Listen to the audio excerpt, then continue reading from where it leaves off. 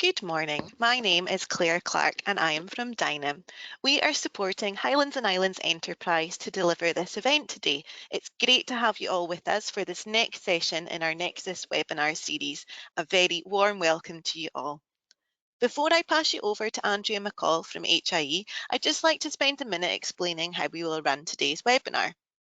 As an audience member, you are automatically muted, but we have a couple of ways for you to get actively involved. You can use your question box at any point throughout the webinar, and we will pick up as many as we can during the Q&A. You'll also see an icon called the raised hand icon, and during question time, if you've got a mic and you want us to take you off mute so you can connect directly with our speakers, then just click on the icon and we'll get you connected. And finally, we always want to promote knowledge sharing and collaboration, so we do record every session. We will, of course, share the recording after the event so you can watch again, or share with anyone else you think may be interested. That's all from me just now.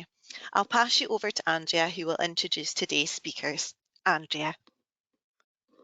Hello, thank you, Claire, for the introduction. I just want to introduce myself. I'm Andrea McCall.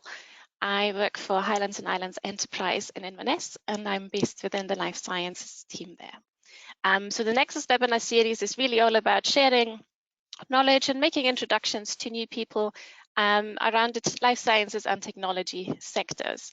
And it's the NEXUS webinar series comes from our NEXUS co-working space, which is based on in Solasta House on Inverness campus. So it's a collaborative working space where life sciences and technology companies co-locate and collaborate. And the NEXUS project is funded through the Inverness and Highlands City Regional Deal and European funding. So I'm delighted today that I have two guests with me. So I'm just going to show you quickly. They're very, very complicated job titles here. I have Morag Hearty with me, who's the Remote Health Pathway Strategic Lead at the Technology Enabled Care at Digital Health and Care Directorate of the Scottish Government. And Adrian Smith, the Head of Digital Transformation at NHS Arden and Greater East Midlands Commissioning Support Unit. So we have a Scottish and an English speaker here today, which is great. And I'd like to actually ask both of you just to share your webcams now and just come online, and I'll stop sharing my screen, because what all we really want to do today is have a conversation and really quite an informal session today, and not too long hopefully either, and we're just really having a chat around how healthcare is changing and how I guess the remote delivery of healthcare services are coming more to the fore. So I'll just jump straight in and ask Morag to start with introducing herself and just tell us a little bit about what you do. Thanks, Andrea, and thank you for the invitation this morning. So yeah, I think the first thing to say is my day job is never boring. I always say this, and I've said this for some years now. Every day brings a new challenge and something different to be looking at in the world of our digital development, our remote monitoring. We now have a programme called Connect Me, and really my job is, as strategic lead, very privileged to be in that position, is to bring together what happens at the top of the house at Scottish Government, the strategic direction that we can take, and make that operational at a local level and balance those needs out between operationally, patients, carers and the staff at local levels across the NHS boards, and what we have a strategic once for Scotland approach. So that's my job. That's what I try to do. That's very nice and succinct. Thank you, Morag. Adrian, tell us a little bit about what you do in your day job. Thanks, Andrea, and delighted to be here too and to meet you as well, Morag. Yes, my title is a lengthy one, but not as lengthy as Morag's. Good to see. In England, I'm part of NHS England. My job is to persuade the integrated care systems, the equivalent of your health boards, to do exciting and innovative things with technology. But my particular passion, which relates to the theme here, is about how you shift care from the clinic and into the community. What are the technologies and tools that you need to be able to deliver care in the home, in the community, and take all that pressure that's been there on the healthcare system, was there before COVID, and has just been aggravated by COVID. So I've particularly spent the last 7 or 8 years trying to push all of that care back into the community in a range of ways. Sometimes it works and sometimes it doesn't, but that's what I do. Thanks, Adrian. Nice and succinct as well.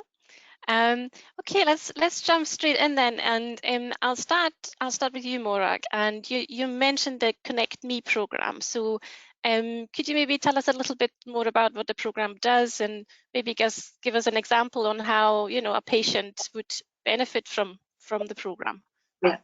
So just as Adrian said there, I think this is really interesting because we had to come up fairly quickly. We'd been tinkering around for some years now about the name, home and mobile health monitoring, remote monitoring, health pathways, remote health pathways, and it really didn't kind of do anything. And what we've got now is Connect Me, which I'd like to think does what it says in the tin, to use the usual cliche there. We know, particularly in the last couple of years, that the public, patients have felt disconnected, in some ways, whether that be truth or just a feeling that's been happening, that they've been pushed out, that they've not been connecting with their health professionals, and could we do something a bit better?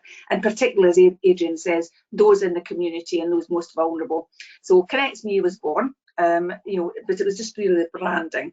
And I think we can show, I think a good example would be the blood pressure programme, which we had pre-COVID, and we were making really good inroads. We had a 2-year funded programme in Scotland for blood pressure monitoring in primary care.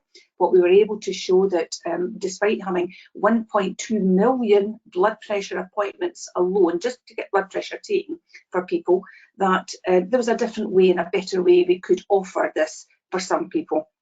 And it's definitely been very, very welcomed across Scotland, particularly for those who wouldn't normally engage with health services or wouldn't be able to engage easily. So whether that be because they're zero contract hours, they work away from home, they're lorry drivers, whatever else, they're at risk. Blood pressure is a silent killer. And we know that from the cross-party report that was published. And how can we stop people being at risk of a high blood pressure uncontrolled that can lead to a heart attack or stroke? So work with them with collaboration there with the British Heart Foundation. We had pilots going on, and remote monitoring is an option there that can save time and travel. It can save exposure to infection, which is, in the last 2 years has been most important. And it allows the person to have a measurement of the blood pressure that they can send in by an app, by text, or an automated telephone call. The doctor or the nurse at the other end can see a range of readings, which allows them to maintain that blood pressure at the optimum levels, the best levels that are safe. So I think having that option there is putting care into the hands of the person themselves as well. So it's raising their own awareness of, yeah, I really need to reduce the salt, I really need to take a bit more exercise, etc. So there's lots of benefits there. And we know that people who remotely monitor at home actually maintain that optimum blood pressure for longer. Done some research on that one. They like it. They like the not having to make appointments, take time off work, take time away from caring responsibilities. So we really are listening to what people want themselves. And from a clinical side, a blood pressure taken at home is usually much more accurate than something taken at stress in a clinic setting, particularly if somebody's rushed to get there and has been sitting in the waiting room with everyone else and so on. And during the last 2 years, that's certainly been a big advantage to that one. So yeah, lots of benefits there. And I think blood pressure is just one example of how we can actually shift that care, as Adrian has said, into the community and into the patient's hands, where that's safe and effective. It's not for everyone, we admit that one, but at least it's giving an option and a viable option for people. So Morag, some really interesting themes in there, and I like the phrase putting care into the patient's hands. I guess I'd extend it slightly and say it's about putting care into the citizen's hand as well, because the journey definitely starts at the preventative end of the spectrum. And I think one of the things that we've often got into is thinking, I know it's an old cliched phrase, but that the NHS is an illness service, and it's not, it's a health service. And so I think a lot of the emphasis now is more and more, and COVID's helped with this, putting the emphasis on, can we give people the support at the preventative end of the spectrum? And that means engaging lots of other organisations. So there's certainly a lot of work going on at the moment trying to engage employers more in getting them to help their own staff to look after their own health and wellness and avoid getting ill in the first place. You know, the high blood pressure piece, exactly, you know, correlated closely with obesity and diabetes. So how do we get people to avoid that in the first place? And I think we're seeing a lot of really good initiatives of offering citizens in more subtle ways than we've done in the past access to digital therapeutics that can help them on that journey. And then at the other end of the spectrum, certainly what I think we're seeing a lot more is more acceptance of people happy to take devices into their homes. You know, that it isn't a 1984 thing, that it's invasive, but to have a, you know, particularly for the frail and elderly, to have a assisted living device sitting in your kitchen that's measuring and monitoring humidity, and perhaps passing that information to a range of people, one of your own family as a carer or to your local authority, are all things people are becoming happier to accept because of the way, and that's why I think your description was very good, because part of this is almost selling, if you like, to people that these things aren't intrusive, that they're there to help. And I think, again, COVID has helped with that, because as people have been more accepting of a digital consultation, digital technologies have become more accepted too. So there are some good trends, I think, happening, but also, excuse me, some challenges too. So we have the digital inclusion problems that which the NHS app has helped a little bit with. You know, people again have become accepting of something on their phone.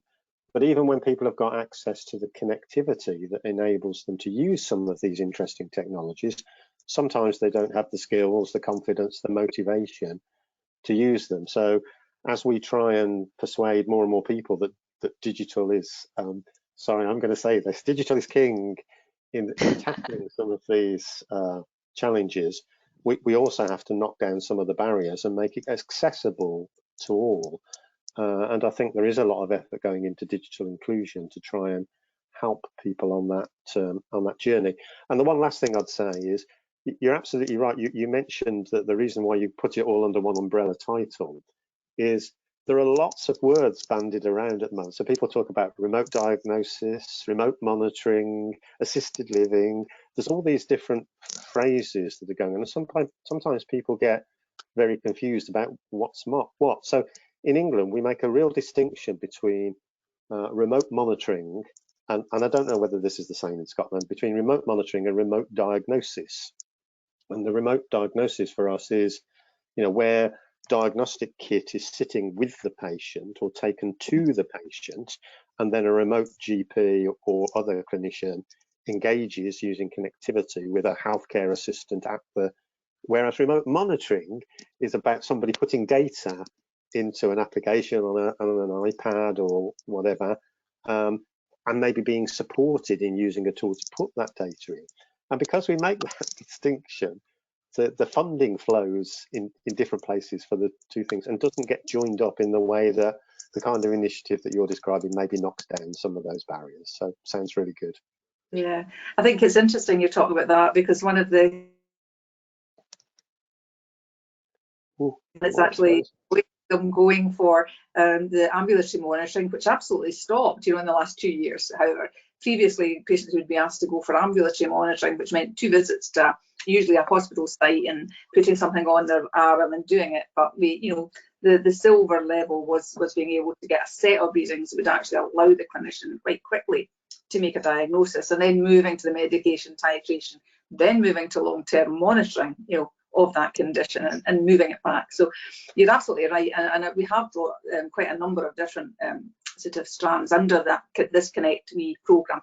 We are still working out the kind of fine tuning of it. We really only got launched in January this year, and as you say, it's definitely bringing this connection in for patients and doing away with some of the different descriptions that clinicians were maybe used to, but patients didn't understand. The public didn't understand this. We did something with our partners at the Alliance, who have a public forum there, and people were really very unsure of what remote monitoring was. What does that mean? Is it something that's strapped on and stays on me, or somebody going to be watching his Big Brother? So I think it's demystifying some of that and really explaining what it can do to help people, as you say, manage. And you're absolutely right in saying it's the prevention right through. So we're looking already at how we can work with the Heart Foundation, for example, around that preventative community identifications. The actual getting it back to the core there. So yeah, for sure. That's great.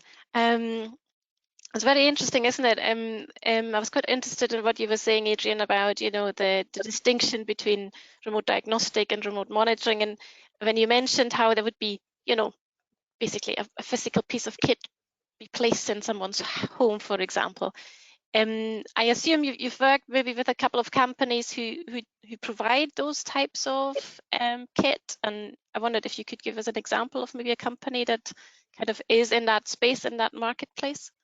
Yeah, certainly. Well, obviously one of the greatest examples of that is out of Scotland. So you lead the world in the use of capsule endoscopy. The only country, as far as I can see, on the planet that's rolled out nationally capsule endoscopy. So you've got a great company up there, Corporate Health International, offering a piece of diagnostic kit. And I think one of the things that we've been doing to try and build on what you've done in Scotland is to find ways of taking that capsule endoscopy, and hopefully most of the people on the call are familiar with the swallowable camera and what it can do instead of having a nasty tube pass down your throat. We're trying to take that to the stage of putting the diagnostic in your house and having a do-it-yourself capsule endoscopy. Have an endoscopy in the comfort of your own lounge is the plan, and I think it's a really exciting time for that. I don't know whether many people on this call saw Sajid Javid's announcement of the cancer consultation recently, and his opening remarks were he basically said, during this brief time I'm going to talk to you, 13 people will have been told that they've got the life-changing disease of cancer. And then in his next sentence he said, my father died of colon cancer. If only there was a diagnostic solution that was available, he might be here today to have seen me become health secretary. And actually that solution's already there. The challenge, and actually I'm going to go off at a slight tangent, the challenge often is that we can see the technologies, it's getting them into the system, which is the difficulty. Getting them adopted is the challenge. But it is a perfect example, Andrew, because what you've got now is the ability to put in a single box all the things that you need to carry out a complex cancer diagnosis in your home. So the box can get delivered, it's got all the chemicals in it that you need for the prep, it's got the camera, it's got the belt that you wear, it's got all the connectivity to enable you to connect to a remote consultant, to enable the data to be transmitted, to enable you to know where the box is because you want it back again. It's got all the tracking of it.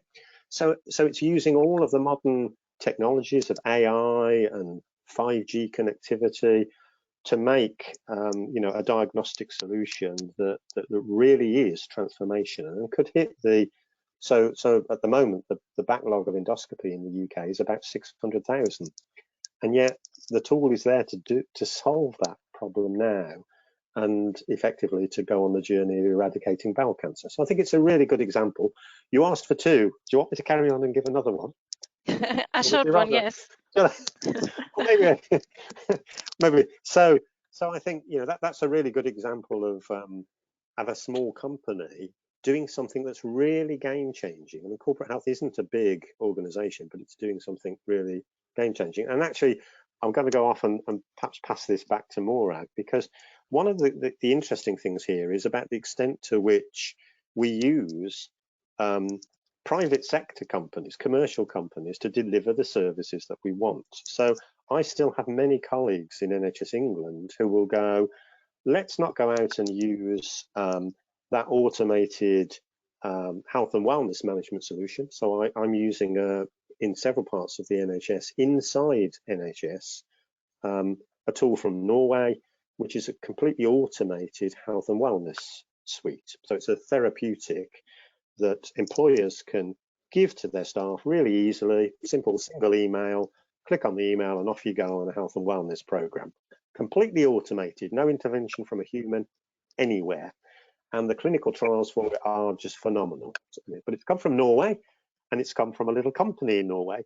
And parts of the NHS go, no, no, no, we can develop something ourselves that can do that. We have developed one in a hospital over there or in a trust over there. And my argument actually is that that's the last thing we want to do. We want to adopt commercial solutions because they're the solutions that will be supported and maintained into the future, because a company wants to grow, so it maintains the solution. Often if we develop something in-house, then it's because there's a champion there who wants to do it, and that champion moves to another part of the NHS, and then the solution disappears down the plug hole. So it is about SMEs. It's about, you know, organisations with ideas and us adopting those, and us getting past the word that I often use, getting past pilotitis, because the NHS loves a good pilot, but it sometimes doesn't know how to work with a private sector company to take that forward. And I don't know, Morag, whether you're, you know, what the balance is with what you're doing. Are you using in-house solutions, or are you going out to market? How are you doing it?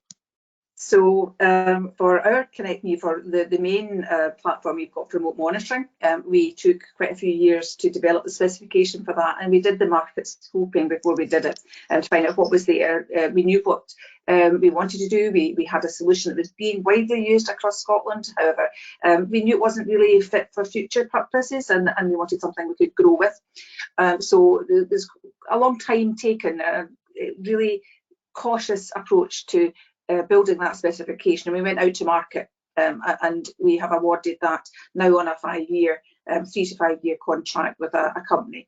And one of the key aspects of that was a company that would work with us. So they weren't just going to give us a completely bespoke, here you go, that will do everything for you. It was something, a company that would work with us and allow us to have an input to that, where we could start to build some of our own pathways. You know, so we would grow our own expertise, so we would smooth the process out, but we were working very much in collaboration with them, and that's working well. But in the other side, in the innovation space, we do now have an innovation pipeline, because like you say, you know, what we noticed was, or what we knew, were that one area, one sort of they would try a test, would do a pilot, and then would expect that just to be adopted as, all right, we'll just roll this out. You know, and clearly in today's anytime, financial constraints have to be taken into consideration to make sure this is something that is scalable, because what happens in a small area is not necessarily what can be scaled across larger populations, or, you know, different boards have different resources there. So we have the innovation pipeline. We definitely have something there that we're looking forward to, and we have great collaboration with the DHI, the Digital Health and Care Innovations academic group, and we've also got something now called the ANYA Collaborative, and that's Accelerated National Innovations, and that's going to provide a bit of a landing page for innovations, for suggestions, for areas where here's the problem, how can we fix this? And it's not about building our own, it's about then going out to market, looking at SMEs, looking at what's there, and really you know, evaluating what the benefits are, and where the any sort of downfalls might be. So I think, you know, we're really coming together now to stop this, you know, just, oh, one area does it, and oh, that's great, it works really well here, and we'll just plug it in, and giving procurement managers and e-health leads the headaches of how do you tell them, well, actually, no, you can maybe get that as a funding, but when it comes to actually bedding it in, then you know, maybe we have to look carefully and see what other options are there. And I think the Scottish approach to service design starts with the discovery and identifying what the problem is you're trying to address, you know, and then looking at, you know, our favourite watchword now is the minimum viable product. You know, it's awfully easy to be swayed by something shiny and, oh, it does everything and everything's wonderful. However, you know, maybe we don't need all of that. We need something a bit simpler, and maybe that is something that we can procure nationally. So yeah, there's lots of work in that space going on around innovation and encouraging innovation, but making sure it's managed. I won't say controlled, it's managed in an equitable fashion there. Hope that helps. Yeah, that's great. No, that was great to get your thoughts on that. I know we've got a couple of audience questions waiting, but I just wanted to ask one more question before we move on. Changing subject a little bit back to I suppose the people who could benefit from remote support, and I guess one of the things that quite often, or that is definitely, you know, really talked about at the moment is mental health and the support you can give to people. You know, that was always important, and I think COVID has brought that again, you know, really to the fore, that a lot of people require support, and again, waiting lists are long. And the question I guess I have is, you know, how well can mental health support be provided remotely? You know, is there a risk to lose the human interaction, and is that maybe especially detrimental in the mental health kind of space? So just a question to both of you, really. So I'll go first this time, Morag, if that's okay, and I'll be brief, I promise. So I think there are lots of things. So often people don't require a big intervention to make quite a big change to their mental health. You know, it's often little bites of contact that matter. And you know, we're already seeing with tools like the Alexa type devices, where somebody can talk to a device and almost feel, I mean, I already feel in this kind of, Alexa isn't just a tool in the corner, she's real. I say to her, Alexa, how are you feeling today? And she says something interesting to me. And it's, you may say that's trivial, but actually for a lot of people, it's a very encouraging and supporting thing. And then just as a real example, we've gone down the route, I think, in digital of talking about apps all the time. I really dislike the word in some ways, because we talk about digital and somebody says, there's an app for that solution. Well, actually, other technologies are important too. And the good old-fashioned telephone is still a great device. And you can now do, with the benefit of AI, which is a wonderful addition to our toolkit, you can now have systems, and I've been involved in some of them that have been rolled out, where you can phone up somebody, automated, there's no human involved in the process, and the system says, you know, hello George, how are you feeling today? And George says, actually I'm a bit rough, and the system completely understands that George always says he's a bit rough, so the response is, you know, it's an automated thing, and you can't tell it's not human. You really cannot tell. I can't tell, nobody can tell, but the trials have shown that the voice stuff is so good now that you can't. And there are many other examples like this and other tools that we can provide. You know, some of the VR that's gone in to support, and yes, at the moment it's expensive and we have to overcome those barriers. Some of the VR that's gone into care homes that enables people to have really helpful immersive experiences that can really give a boost to people. So you can give people lots and lots of helpful nudges with different technologies. You just have to get the right mix and make sure that people don't feel that they're being forced upon them, that they really do feel helpful and supportive. Sorry, that was still longer than I intended it to be.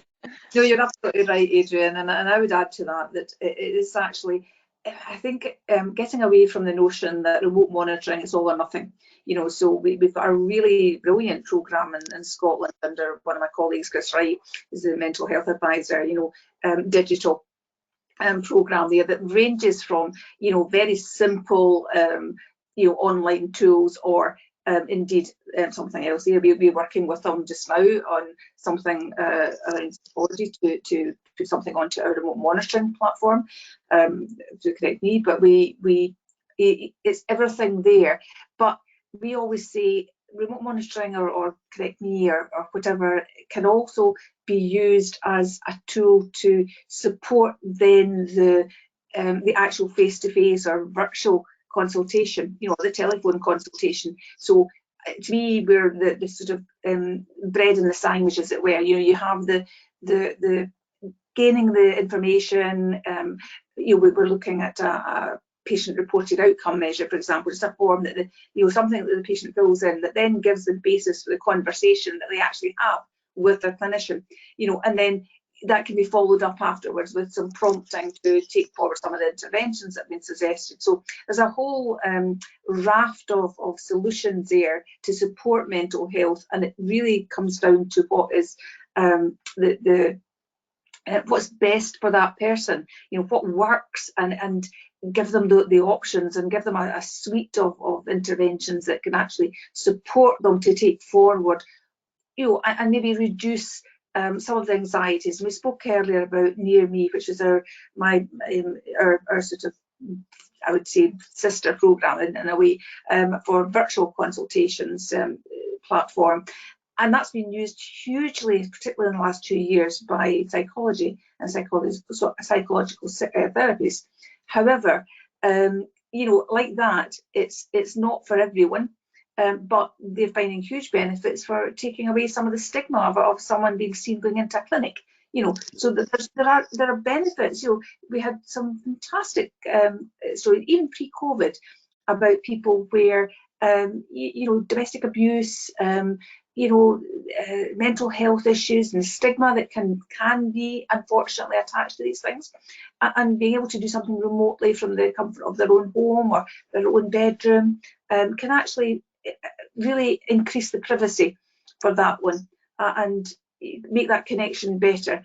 But as Adrian says, there's lots of various options there, and just on your point about an app, I like you, I kind of tend to not talk about apps particularly much, because everybody's solution at the moment is, let's design an app, let's get an app. It's not always the best thing, and certainly that's one of the things we've done for our programme, is made sure we had a solution that actually could offer multiple access choices, from an automated telephone call right through, we haven't explored it entirely yet, but wearable devices and consumers devices like Alexa and Google Assistant, things like that. Yep. So we wanted a solution that we could use across and make sure access for people was at the best we could, and what would be individual for them, and doing away with some of this the where people have a lack of digital literacy, for example, making sure it's as an option for as many people as we can reach on that one. So yeah, that would be an answer to that. Great, thank you very much. We could be keeping talking for ages here. Lots of interesting stuff to talk about, but I'm conscious we've got a couple of questions, I think. So Claire, are you there to maybe read out a question to us? Yeah, great, thanks. And I'll just start with our first question, which is from Nessa. Not everyone who could benefit has easy access to, example, primary care or is attending primary care frequently. Are the speakers aware of good practice examples of how you can reach out to people, like meet them where they are, other than in healthcare settings? So yes, the one of the big funding streams that is coming along is about community diagnostic centres and community diagnostic hubs. And when people think about those, they traditionally think about, is there in the community an MRI scanner somewhere that I can go to without having to go to a clinic? And those things are coming on fast across the whole of the UK. There are, again, private sector companies who'll put the capital in, set the centre up. NHS staff often rotate through the centres, and you, as an NHS patient, you can't tell whether it's NHS or private, and we shouldn't worry about that. They're great centres. But the real thrust that's coming, I think, is to start see, much more of the smaller facility in a car park at Asda, or other supermarket chains are equally available, where you can go along for a pre-diabetes check, or you can go along and have your blood pressure taken, and do it locally without it looking like I've gone to a GP or a clinic. And I think we I don't think, I know we're going to be, because we're certainly doing this in the West Midlands, we're rolling these out fast. We're going to see many more facilities in, so for any of you that visit Birmingham, we've got an amazing centre called Grand Central.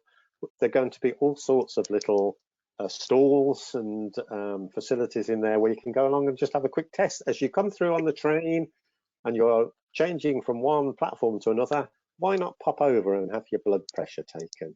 All those things we're going to see. And I think the person that asked the question is absolutely right. So on the one hand, we see all the pressures on GPs. We know that the number of GPs overall across the UK is falling, but the number of requirements for consultations continues to go up. So we have to have other ways of giving people access, and that's coming fast, I think. Yeah, and I'll add to that one. Yeah, I have a wee bit of a worry of somebody running for a train and getting their blood pressure checked on the road. Exercise is good, Morag. I get the premise here. I think in Scotland what we've seen also is the increase in use of community pharmacists in particular. You know, so the local chemist, you know, is taking a much greater part in you know, the minor ailments and so on, and keeping in touch. And I think using the wider health community is definitely happening. Hubs for the community, you know, moving some treatments and interventions and diagnostics out into community hubs, you know, rather than in the GP practice, and the wider use of general practice and staff within that general practice. So moving away from it always being the GP, that we've now got, you know, pharmacy, physiotherapists, occupational therapists, now all based within that practice that can take the calls and so on. We've also got another programme that's being looked at the moment, that's being developed at the moment, is around something that, you know, a lot of GPs had already used, the digital online access to appointments, for example, and interventions and communications there, and that's been taken forward. We're also looking at how else can we bring in other areas to support that. And just on that way, and I'll just put a wee personal thing in here. A few years ago I was fortunate to be in Japan, and in a market, literally an open air market, in a wee corner, there was the pharmacist with her iPad linking patients directly from that wee stall in the corner of the market back to the relevant the relevant physician, you know, to give advice on things. And I was absolutely blown away, you know, literally the corner of this busy marketplace, you know, a pharmacist dealing with patients. And so yeah, that was a few years back. So I thought, yeah, that's where we want to be, definitely. Having something that was really helpful for those folk. So they were ahead of the game. Well, the head of the game, and it's interesting, similar sorts of things in Chile, where I was lucky enough to do some work in Chile, where because they haven't got into the model that we've got, so we went down the route of GP appointments. A physical GP appointment is the first step on the journey, and in some countries where there's, you know, there's never been that model, or there's never been the ability, because it's so remote, to even set it up. It's never become the obvious start point. The connected solution like you've just described in Japan is the obvious thing to do. But I also think that you know, we are moving away from people taking responsibility for their own health, and how do we support them to do that, and get something before they get, and there's lots of things there that we can do to support that one, for sure. And take, you know, providing that, you know, we've got NHS Inform in Scotland, where that's the sort of area that people will be diverted to get their own information, and it's not necessarily always requiring a doctor's appointment. You know, this is about saying, okay, how can we support you to look after your own health best, as well. Great, I hope that answered the question. Claire, do you have maybe time for one other short question? Yeah, I think we've got time for one more. We've had a couple of lovely comments in, which I will pass on to Morag and Adrian after. So thanks everyone for commenting. It's great to see the audience so engaged. And one Time for one final question from Kirsty. What are the cybersecurity considerations in holding large amounts of health data? How can patients feel confident that their information will remain secure? Tricky question to finish. And you can see neither of us leapt in straight away to do that. Very technical, obviously. That's not necessarily your day job. So but I think the NHS can show that the cyber precautions that we're taking are very, very stringent, and it really is very unlikely that any data slips into the wrong hands. However, having said that, it's also very difficult to reassure people that that's the case. And I think you almost have to turn the question the other way around and say, you know, what really is the concern about how the data might be used? So if we've got, certainly no individual wants their complete record shared with anybody so that, you know, somebody can look at their own personal case, but using the combined data in ways that help us, you know, to do population health management and look at a high level of what we should be doing ought to be something that everybody's comfortable in doing. And part of the challenge I think we have in the NHS is to persuade citizens generally that there are good research uses of the collective data that they ought to be happy to sign up for us to do, and many people are. So I think often, you know, I'm not saying the fears aren't real, but it's a bit like, if I can make a silly comparison, it's a bit like all the hoo-ha that went on around 5G masts going up and everybody rushing around saying they cause COVID, and when demonstrably they don't. Sometimes there is an element of more fear than is real here. So I think we do have the right precautions in place, and actually what we've got to get to is a place where we say, here's what data is being shared and why you should be happy with it. But I'm not the cyber expert, and so I can't comment on the detail of how it works. And I would agree with that. And I think what we have to do also is some education with the public as well, in that, you know, sometimes it's not at our end the leak happens. You know, people want to do things in, you know, they put messages on Facebook, for example, you know, and we don't have control over that. So I think it's being careful about it, and I think reassuring, if we can reassure at least any information that we get is valid information. We don't keep information just for the sake of keeping it. So for example, our near-me virtual programme, as soon as that call finishes, the whole thing is wiped. You know, there's nothing kept on that platform. Similarly with ours, you know, there's levels of security around our remote monitoring platform, is, you know, making sure that we only see anonymised data, but, you know, local boards might have a little bit more data because it's part of your health record, you know, and it's only that information that is kept or looked at. It's not, and we make sure that, you know, Joe Bloggs and Grampy, and, you know, if it's not the appropriate, then he doesn't see anything belonging to somebody else. So we've got really, as best we can, you know, we're trying to secure that and making sure the patient, the person is actually giving permission for information to be shared. My own experience over many years working in integrated teams and you know, my background has been that people actually expect us to share information more than we actually do, and I think that can be there. You know, for years we haven't shared information between health and social services, and I worked in integrated teams where, you know, without exception, the patient said, oh, but do they not know that, or have you not told them, or has they not told you? You know, so there is an expectation that we do share, probably not as well as we should, you know. So yeah, but we certainly in the last few years, the security has been really beefed up, and firms that are supporting us and providing services are under a huge amount of scrutiny by our information governance and our security managers and everything, to make sure everything is kept in the UK, that things are really robust. So you know, really there's a lot of factors coming in there. Great, thank you for again answering the very technical question there.